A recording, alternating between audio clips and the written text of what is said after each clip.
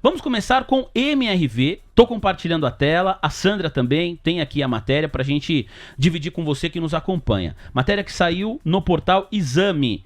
MRV reporta geração de caixa de 137 milhões de reais, muito graças à Résia, a operação da MRV lá nos Estados Unidos. O texto é assinado pela Letícia Furlan. Sandra. A MRV Holding, que reúne as operações da MRV Incorporação, Lugo, Urba e Résia, registrou uma geração de caixa de 136,4 milhões de reais no segundo trimestre, segundo prévia operacional divulgada na noite de ontem. No trimestre anterior, houve queima de caixa de 381,4 milhões de reais e no mesmo período do ano passado, queima de 375,9 milhões de reais.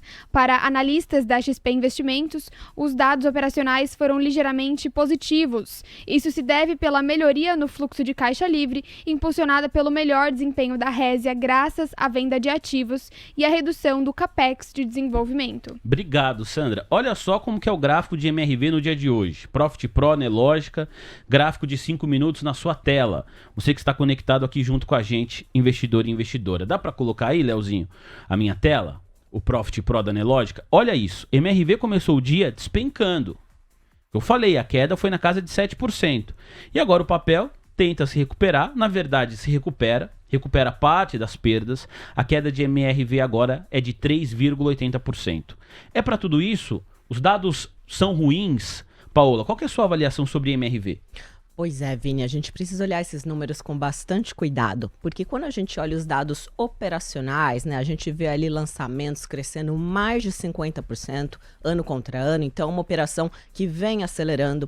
Quando eu passo para as vendas, eu já vejo um crescimento bem mais tímido, né? 2,7 bi de vendas no percentual da empresa, crescendo algo como 6% ano contra ano. E isso já incomoda um pouquinho, porque quando a gente olha outros players do segmento, né? Então você falou aí um pouco sobre Cury, a gente vai falar de Plano e Plano, Direcional, Tenda, são empresas que têm uma atuação também no mesmo segmento, mas estão crescendo não só os lançamentos, estão crescendo vendas, algo como 30%, 40% ano contra ano. Então já parece um crescimento tímido.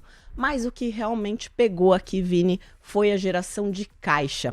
Então, quando a gente olha esse número que saiu ali no topo da matéria, a gente está olhando uma geração de caixa acumulada em 12 meses, né? Mas nós acompanhamos o mercado muito de perto e a gente quer saber o que aconteceu desde o último balanço que a empresa reportou, né? E não esse acumulado, porque às vezes ele acaba mascarando. Aliás, fica a dica aqui. Quando o número é bom, a empresa mostra o trimestre. Quando ele está meio mais ou menos, ela mostra ali um acumulado de 12 meses, porque aí dá uma diluída no problema. E foi justamente isso que aconteceu aqui com a MRV. A queima de caixa foi da ordem de 80 milhões de reais, mesmo com as vendas que a gente está vendo que estão acontecendo lá nos Estados Unidos, né? Então, para quem não acompanha a empresa tão de perto, ela teve uma operação lá nos Estados Unidos que foi muito mal, depois de todo o ciclo de alta de juros nos Estados Unidos. Agora eles estão liquidando, ou seja, vendendo alguns projetos até com margem bruta negativa para fazer voltar esse capital. Então, a gente achava que feito isso, o negócio como um todo ia melhorar, só que o cobertor tá curto, Vini. Melhora lá e piorou aqui. Ou seja, eles estão apontando atrasos no recebimento daqueles planos regionais que complementam os recursos que a Caixa Econômica pagam. Então, tá faltando dinheiro aí na conta, Vini. O problema são nos planos regionais que a Caixa transfere essa verba para a MRV? Isso, na verdade, além do financiamento da Caixa Econômica, né, que essas empresas acessam, os estados e alguns municípios criaram seus próprios planos de fomento para ajudar a habitação de baixa renda. Então, eles complementam com um cheque. Seria o equivalente a uma entrada, que ajuda que o comprador não tenha ali poupança, né? Então, eles ajudam.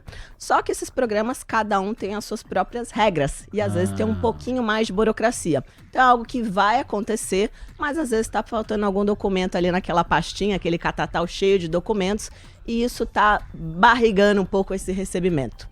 E a MRV, com isso, sofre na hora que vai apresentar os seus dados operacionais trimestre após trimestre. Agora, o sentimento que eu fico, Paola, é que assim, olha, olhando para divulgações passadas da companhia, A gente sempre falava, nossa, a operação no Brasil de MRV é redonda. O problema é a operação nos Estados Unidos. Agora, a operação nos Estados Unidos teve venda de ativos, a matéria citou isso, mas não era para ser o problema, e não foi o problema. Aí a questão, você fez a analogia do cobertor curto, foi aqui no Brasil.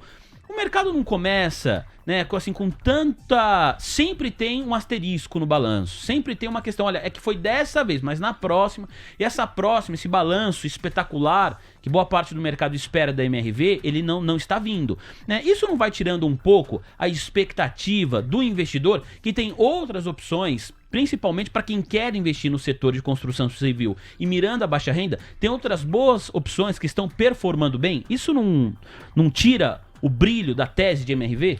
Ele vai minando a confiança, certamente. Vai criando um certo estigma ali de empresa que não entrega, né? Eu brinco que o mercado tem duas caixinhas, assim. Tem as queridinhas e tem as detestadas. Ela tá ali na caixinha das detestadas e vai precisar começar a entregar com alguma recorrência.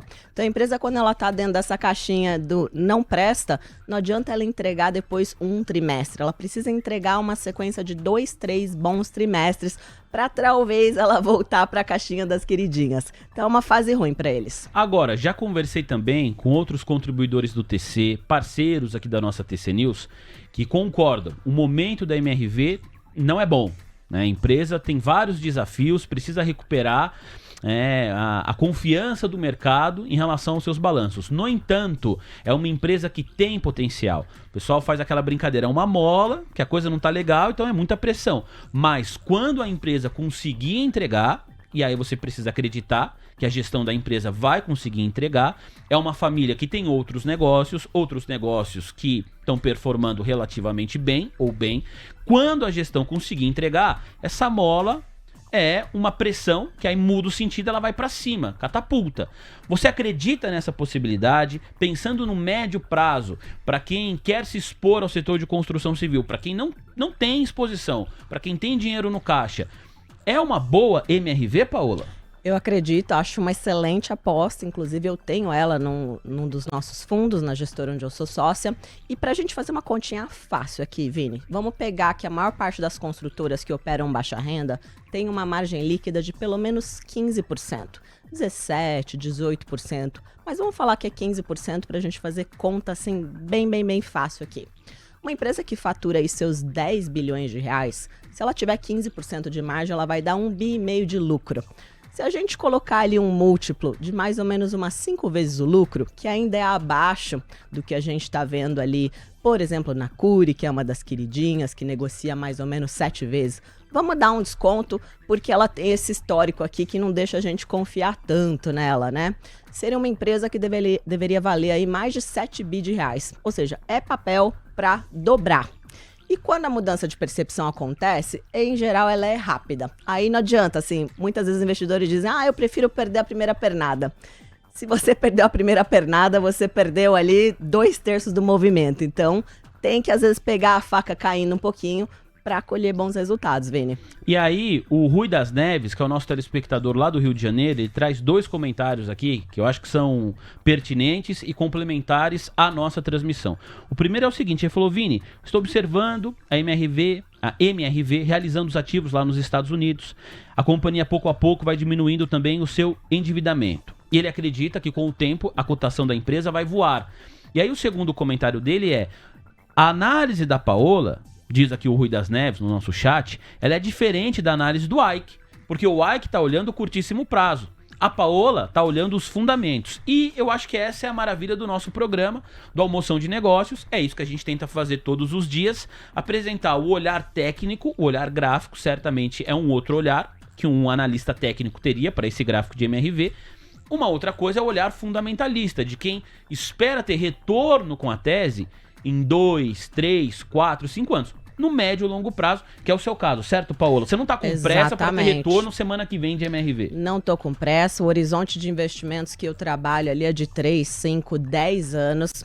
E é muito engraçado, Vini. Esses dias eu estava conversando com um colega de mercado, um concorrente até, né? Um analista de uma outra gestora. E aí ele começou a fazer perguntas sobre o portfólio. E aí ele falou de uma forma tão espontânea. Ele falou, mas só tem empresa lixo. Como é que vocês entregam 20% de retorno ao ano? E é justamente por isso, porque para você ter retornos acima da média, você também tem que estar disposto a tocar em coisas que os outros não estão dispostos a tocar. Você tem que tomar risco e, mais importante do que tomar risco, você tem que estar certo. Porque diferente e ruim não basta, aí você vai perder mais que a média, né? Então, faz parte do jogo.